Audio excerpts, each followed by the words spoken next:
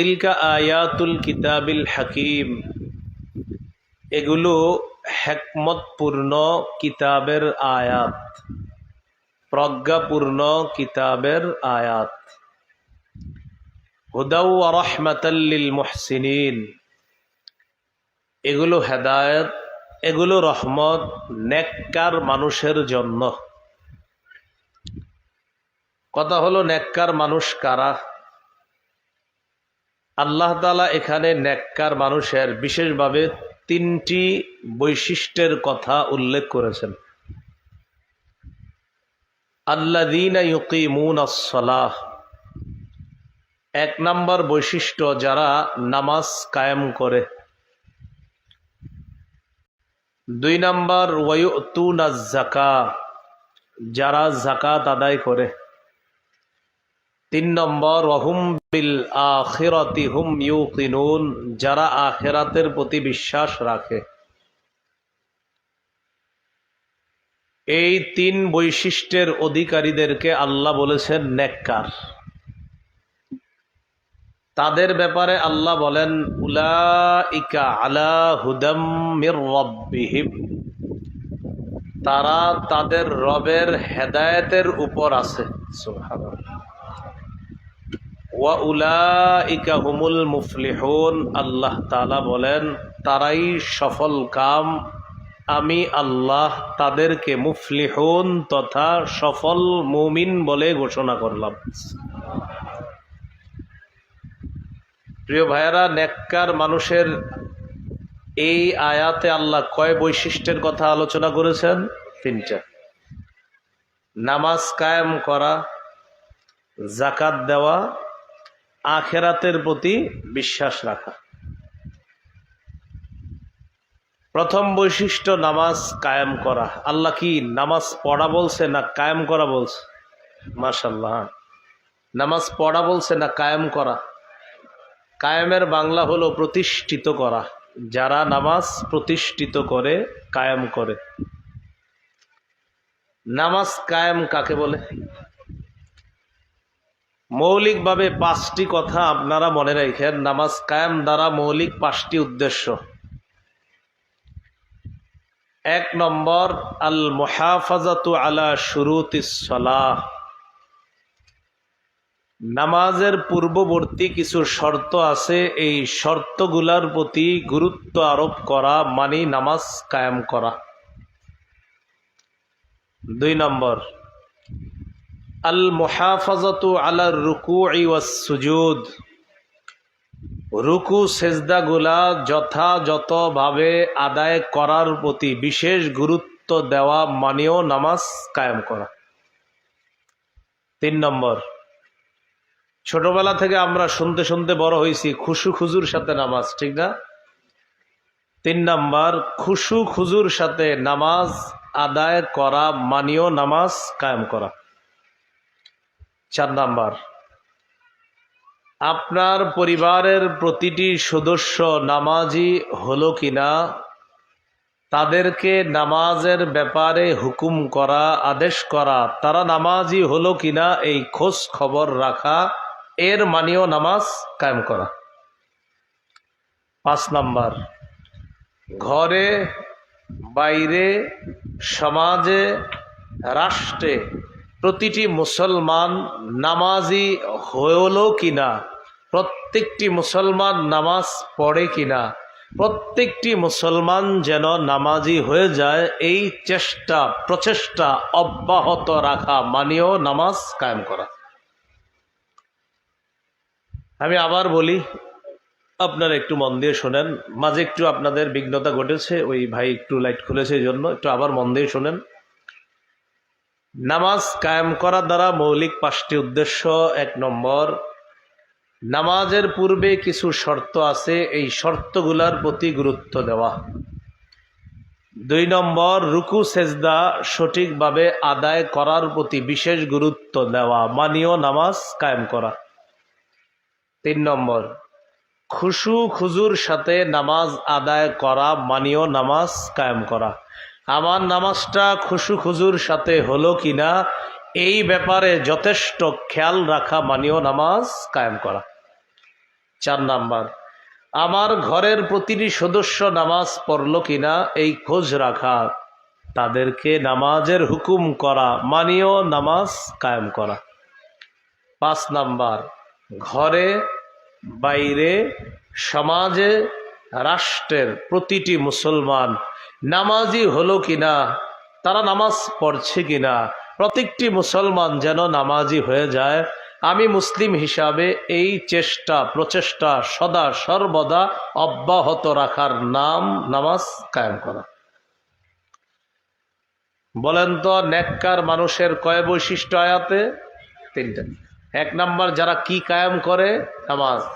নামাজ কায়েম দ্বারা মৌলিক কয়টি উদ্দেশ্য? 5টি। 1 নম্বর উদ্দেশ্য, নামাজের পূর্ববর্তী শর্তগুলার প্রতি গুরুত্ব দেওয়া। নামাজের পূর্বের শর্ত কি কি? আমাদের মাদ্রাসার ছোট্ট ছোট্ট মক্তবের ছাত্রগুলাকে মাইকের সামনে দাঁড় করায় দিবেন, ওরাও বলতে পারে। শরীর পাক, কাপড় পাক, নামাজের জায়গা পাক, সতর ঢাকা, কেবলামুখী হওয়া, ওয়াক্ত মতো নামাজ পড়া, নামাজের নিয়ত করা। এ বক্তব্যের বাচ্চা ছেলেদেরকে মাইকের সামনে দিবেন, ওরা দেখবেন সুন্দরভাবে বলে দিচ্ছে। নামাজের পূর্ববর্তী একটা শর্ত হলো শরীর পাক করা। শরীর পাক দ্বারা আবার কি উদ্দেশ্য? অজু না থাকলে অজু করা, গোসল ফরজ হলে গোসল করা। সূরা মাইদার 6 নম্বর আয়াতে আল্লাহ বলেন, ইয়া আইয়ুহাল্লাযীনা আমানু ইযা কুমতুম ইলাস সালাহ ফাগসিলু ওয়ুজুহাকুম ওয়া আইদিয়াকুম ইলাল মারাফিকি ওয়ামসাহু বিরুউসিকুম ওয়া আরজুলাকুম ইলাল কা'বাইন। হে ঈমানদারগণ, যখন তোমরা নামাজের ইচ্ছা করো, সালাতের ইচ্ছা করো, তখন তোমরা তোমাদের চেহারা ধৌত করো, তোমাদের হাতগুলা ধৌত করো, মাথা মাসেহ করো, পা টাকনু পর্যন্ত ধৌত করো। অজুর কয় ফরজ? এই আয়াতে 4 ফরজ এসে গেছে। চেহারা ধৌত করা, হাত ধৌত করা, মাথা মাসেহ করা, পাগুলো টাকনু পর্যন্ত ধৌত করা। সহিহ বুখারীর বর্ণনা, 6954 নম্বর হাদিস। হাদিসের বর্ণনাকারী সাহাবীর নাম আবু হুরায়রা রাদিয়াল্লাহু তাআলা আনহু। তিনি বলেন,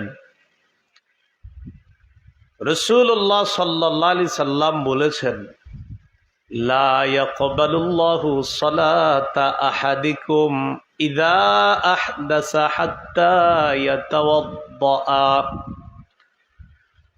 রাসূলুল্লাহ সাল্লাল্লাহু আলাইহি ওয়াসাল্লাম বলেন, আল্লাহ তাআলা তোমাদের কারো নামাজ ততক্ষণ কবুল করবেন না যতক্ষণ বান্দার অজু না থাকলে সে যতক্ষণ অজু না করবে ততক্ষণ পর্যন্ত ওই বান্দার নামাজ আল্লাহ কবুল করবেন না। তাহলে অজু না থাকলে অজু করা, গোসল ফরজ হলে গোসল করে নেওয়া। সূরা মাইদার 6 নম্বর আয়াতের পরের অংশে আল্লাহ বলেন, ওয়া ইন কুনতুম জুনুবান ফাত্তাহরু। যদি তোমরা অপবিত্র হও, জুনুবি হও, যদি নাপাকি হও, যদি তোমাদের উপর গোসল ফরজ হয়, তাহলে তোমরা ভালোভাবে পবিত্রতা অর্জন করে নাও, ভালোভাবে গোসল করে নাও। ভালোভাবে কুলি করা, নাকে পানি দেওয়া যেন নাকের ভিতরের নরম অংশ পর্যন্ত পানি পৌঁছে যায়, এটা গোসলের ফরজ। মা বোনরা নাক ফুল পরে, কানের দুল পরে, মাঝে মাঝে নাক ফুল খুলে রাখে, কানের দুল খুলে রাখে। নাক ফুলের জায়গায় একটা ছোট্ট ছিদ্র হয়, কান যেই জায়গায় কানের দুলটা পরে সেখানেও একটা ছিদ্র হয়। গোসল ফরজের সময় মা বোনদেরকে বলে দেওয়া, এই নাকের ফুলের জায়গার যে ছিদ্রটা আর কানের ধুলের জায়গার ছিদ্র, এখানে যেন একটু নাড়াচাড়া করে, যেন পানি সেখানেও পৌঁছে যায়, অন্তত এই চেষ্টা করা ফরজ গোসলের সময়। তাহলে কুলি করা, নাকে পানি দেওয়া, সমস্ত শরীর ধৌত করা, এই হলো গোসলের 3 ফরজ। ওযুর ফরজ কয়টা? 4টা। আর গোসলের ফরজ কয়টা? 3টা। তাহলে গোসল ফরজ হলে গোসল করা। মনে আসেনি নামাজের মৌলিক ভাবে নামাজ কায়েম করা মানে কয়টা কথা জানি? মৌলিক 5টা। 1 নাম্বার পূর্ববর্তী শর্তগুলার প্রতি গুরুত্ব দেওয়া, এর মধ্যে একটা শর্ত শরীর পাক করা। 2 নাম্বার কাপড় পাক। আপনি নামাজে আসছেন তো আপনার কাপড়টা পাক থাকতে হবে। সূরা মুদ্দাসসিরের 4 নম্বর আয়াতে আল্লাহ বলেন, ওয়াসিয়াবাকা ফাতাহহির, নবী আপনি আপনার কাপড়গুলো পবিত্র করেন। এরপর অরব্বাকা ফাকাব্বির, এরপর রবের বরত্ব বর্ণনা করেন। আগে কাপড় পবিত্র করেন। সহিহ বুখারীর বর্ণনা 227 নম্বর হাদিস। একজন মহিলা রাসূলুল্লাহ সাল্লাল্লাহু আলাইহি সাল্লামের কাছে আগমন করে একটি মাসালা জিজ্ঞাসা করলেন। জাআত ইমরাআতুন ইলা নবী সাল্লাল্লাহু আলাইহি ওয়াসাল্লাম ফাকালাত أرأيت إحدانا تحيد في الثوب فكيف تصنع يا رسول الله। একজন মহিলা আল্লাহ রাসূল সাল্লাল্লাহু আলাইহি সাল্লামের কাছে এসে জিজ্ঞাসা করলেন, ইয়া রাসূলুল্লাহ, আমাদের নারীরা যারা আছি, আমরা নারীদের মধ্যে অনেক নারীরা সাধারণত মাসে আল্লাহ প্রদত্ত একটা অসুস্থতার সম্মুখীন হয়। এই অসুস্থতার কারণে তাদের শরীর থেকে নাপাক বের হয়। এই নাপাকি কাপড়ে লাগলে সেই কাপড় পবিত্র করার নিয়ম কি আমি আপনার কাছে জানতে চাই। কথাটা বুঝে আসছে সবার? ফাকাল রাসূলুল্লাহ সাল্লাল্লাহু আলাইহি ওয়াসাল্লাম, নবীজি সাল্লাল্লাহু আলাইহি ওয়াসাল্লাম জবাব দিলেন, তাহুত্তুহু, 1 নম্বর কাপড়ের যেই জায়গায় নাপাকি লাগছে ওই জায়গা থেকে নাপাকিটা ঘষে উঠানোর চেষ্টা করবে, ঘষবে। অনেক সময় নাপাকি লাগে, কাপড়টা শক্ত হয়ে যায়, ওই নাপাকিটা ঘষে উঠানোর চেষ্টা করা প্রথম কাজ। 2 নাম্বার সুম্মা তাকুরসুহু বিল মা, ওই নাপাক কাপড় পানিতে রিগড়িয়ে নিবে। ওয়া তানদাহুহু, এরপর কাপড় ভালোভাবে ধৌত করবে। এরপর কাপড় শুকাবে। সুম্মা তুসাল্লি ফিহি, এরপর পবিত্র কাপড়ের মধ্যে নামাজ পড়বে। হাদিস থেকে বুঝতে পারলাম নামাজ পড়ার পূর্ব শর্ত হলো কাপড় পবিত্র হওয়া, পবিত্র কাপড়ে নামাজ পড়া। এই গেল আপনার শরীর পাক, কাপড় পাক। নামাজের পূর্ববর্তী আরেকটা শর্ত হলো নামাজের জায়গা পাক। সহিহ বুখারীর বর্ণনা 438 নম্বর হাদিস। এই হাদিসের মধ্যে আছে, قال رسول الله صلى الله عليه وسلم أعطيت خمسا لم يعطهن أحد من الأنبياء قبلي। নবীজি বলেন, আমাকে 5টি জিনিস দেওয়া হয়েছে যা অতীতের কোন নবীকে দেওয়া হয় নাই। প্রিয় ভাইরা বলেন তো, আমাদের নবীকে স্পেশাল কয়টি জিনিস দেওয়া হয়েছে? 1 নম্বর নুসিরতু বির-রু'বি মাসিরাতা শাহরিন, নবীজি বলেন আমাকে সাহায্য করা হয়েছে রু'ব দ্বারা, ভীতি দ্বারা সাহায্য করা হয়েছে 1 মাসের দূরত্বে। এর মানে আমি যখন কোথাও রওনা করব, কোন এলাকার 1 মাসের দূরত্বে আমার ব্যাপারে কাফেরদের অন্তরে আল্লাহ ভীতি সঞ্চার করে দেয়, ভীতি সৃষ্টি করে দেয়। 2 নাম্বার ওয়াজুইলাত লিয়াল আরদু মাসজিদান ওয়া তাহুরা, আমার জন্য এই পৃথিবীর সমস্ত জমিন সেজদার স্থান বানানো হয়েছে, মসজিদ বানানো হয়েছে এবং পবিত্র বানানো হয়েছে। আইয়ুমা রাজুলিম মিন উম্মতি আদরাকাতহুস সালাহ ফালইউসাল্লি, নবীজি বলেন আমার উম্মতের বৈশিষ্ট্য হলো অতীতের কোন উম্মত ইবাদত করার জন্য ইবাদত খানায় যাওয়া লাগতো, নবীরা ইবাদত করতে ইবাদত খানায় যাওয়া লাগবে, উম্মত ইবাদত করলে ইবাদত খানায় যাওয়া লাগতো। আমাদের নবী বলেন আমার উম্মতের জন্য গোটা জগতের জমিনটাই মসজিদ আর পবিত্র জায়গা। আমার উম্মত যদি কোথাও যায়, যাওয়ার পর যদি আশেপাশে কোথাও ইবাদত খানা না পায়, মসজিদ না পায়, ওই জায়গায় মাটির উপর যদি আমার উম্মত নামাজ আদায় করে নেয়, আল্লাহ তাআলা তার নামাজ কবুল করে নিবেন। পবিত্র, গোটা জমিন পবিত্র আমাদের জন্য। বাকি আমরা এটারে অপবিত্র বানাই, কিন্তু গোটা জমিনটা কি পবিত্র, মানুষ এটাকে কি বানায় অপবিত্র। কয়টা বৈশিষ্ট্য আমাদের নবীরে দেওয়া হয়েছে যা অতীতের কাউকে দেওয়া হয় নাই? 1 নম্বর, নবীর ভীতি, নবীর ব্যাপারে ভীতি 1 মাসের দূরত্বে আপনার সৃষ্টি করা হয়, 1 মাসের দূরত্বে তার ভীতি সঞ্চার করা হয়। 2 নম্বর, আমাদের নবীর জন্য গোটা পৃথিবীটাকেই মসজিদ এবং পবিত্র বানিয়ে দেওয়া হয়েছে। 3 নম্বর, ওয়া উহিল্লাত লিয়াল গনাইম, অতীতের উম্মত যখন জিহাদ করত, জিহাদ লব্ধ যুদ্ধলব্ধ সম্পদ অতীতের উম্মতের জন্য বৈধ ছিল না। আমাদের নবী বলেন আমার জন্য, আমার উম্মতের জন্য জিহাদ করার পর জিহাদ লব্ধ যুদ্ধলব্ধ যেই সম্পদ আছে, এই সম্পদ আল্লাহ আমার উম্মতের জন্য বৈধ করে দিছেন, এটা আমার উম্মতের জন্য বৈধ। 4 নাম্বার, وَكَانَ النَّبِيُّ يُبْعَثُ إِلَى قَوْمِهِ خَاصَّةً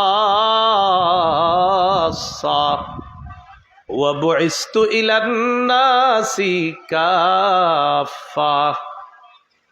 আমার পূর্বে যত নবী পৃথিবীতে পাঠিয়ে হয়েছে, প্রত্যেক নবীকে এক একটা গোত্রের কাছে পাঠানো হয়েছে। কোন নবীকে 1 এলাকায়, কোন নবীকে 2 এলাকার দায়িত্ব। এমনও হয়েছে একই সময় 1 এলাকার নবী একজন আর 1 এলাকার নবী আরেকজন। যেমন ইব্রাহিম নবী 1 এলাকার নবী ছিলেন, তার ভাতিজা লূত নবী আর 1 এলাকার নবী। একই সময় ইব্রাহিম নবী একদিকে নবী, আবার তার ভাতিজা লূত আলাইহিস সালাম আরেক এলাকায় নবী। একই সময় 2 নবী দায়িত্ব পালন করতেছে। আমাদের নবী বলেন ওয়া বুইস্তু ইলান নাসি কাফা, আমাকে নির্দিষ্ট কোন জাতির জন্য পাঠানো হয় নাই, বরং কিয়ামত পর্যন্ত গোটা জগতের জন্য আমাকে নবী বানিয়ে পাঠানো হয়েছে। কিয়ামত পর্যন্ত সবার জন্য আমি নবী। তাহলে আমাদের নবী নির্দিষ্ট কারো না, সবার নবী? সবার। 5 নাম্বার, ওয়া উতিতুশ শাফাআহ, এটা আমার সাথে একটু বলেন, বলেন আমাকে, সবাই আমাকে সার্বজনীন সুপারিশ করার অনুমতি দেওয়া হয়েছে। বাংলাটা কি বলছি? সার্বজনীন, এটা মনে রাখবেন। আমাকে সার্বজনীন সুপারিশ করার অধিকার দেওয়া হয়েছে। সার্বজনীন মানে কিয়ামতের ময়দানে সবাই বিপদে পড়বে, সবাই বলবে নফসি নফসি, আমার কি হবে। এমনকি নবী পর্যন্ত বলবে আমার কি হবে, নবীরা পর্যন্ত বলবে আমার কি হবে। আদম নবী পর্যন্ত বলবে আমি একটা বিষয়ে পেরেশানিতে আছি। ইব্রাহিম নবী বলবে আমি 3টি বিষয়ে পেরেশানিতে আছি। মুসা নবী বলবে আমি একটি বিষয়ে পেরেশানিতে আছি। নূহ আলাইহিস সালাম বলবে আমি একটি বিষয়ে পেরেশানিতে আছি। সবাই পেরেশানি প্রকাশ করবে। সব জাতি আমাদের নবীর কাছে যাবে, যাওয়ার পর রাসূলুল্লাহ সাল্লাল্লাহু আলাইহি সাল্লাম তাদেরকে নিয়ে রহমানের দরবারে আল্লাহ নবী সিজদায় পড়ে যাবে। আল্লাহ তাআলা বলবেন ইরফা রাসাক, আপনি মাথা উঠান। 2 নাম্বার, আল্লাহ বলবেন সাল তু'তা, আপনি যা মন চায় চান আপনাকে দেওয়া হবে। 3 নাম্বার, কুল তুসমা, হাবিব আপনি যা মন চায় বলেন, আপনার কথা শোনা হবে। এরপরে বলবে ওয়াশফা তুশাফা, হাবিব আপনি যা সুপারিশ করবেন আপনার সুপারিশ মঞ্জুর করা হবে। ইরফা রাসাক, মাথা উঠান। 2 নাম্বার সাল তু'তা, আপনি যা চান তাই দেওয়া হবে। 3 কুল তুসমা, আপনি বলেন আপনার কথা শোনা হবে। 4 ওয়াশফা তুশাফা, আপনি সুপারিশ করেন, আপনার সুপারিশ মঞ্জুর করা হবে। আমাদের নবীর তখন সার্বজনীন সুপারিশটা হবে এই, নবী সুপারিশ করবে, আল্লাহ সবাই পেরেশানিতে আছে, এই পেরেশানি থেকে দূর করে আপনি বিচার ব্যবস্থা শুরু করেন। আমাদের নবীর এই সার্বজনীন সুপারিশের পর প্রাথমিকভাবে সবার এই পেরেশানির অবস্থা আল্লাহ কাটিয়ে দিয়ে সর্বপ্রথম বিচার ব্যবস্থা আল্লাহ শুরু করবেন। এই জন্য কি বলছি বাংলাটা, সার্বজনীন সুপারিশ। তিরমিজির বর্ণনা, একদিন এক ফেরেশতা নবীজির কাছে আসছে।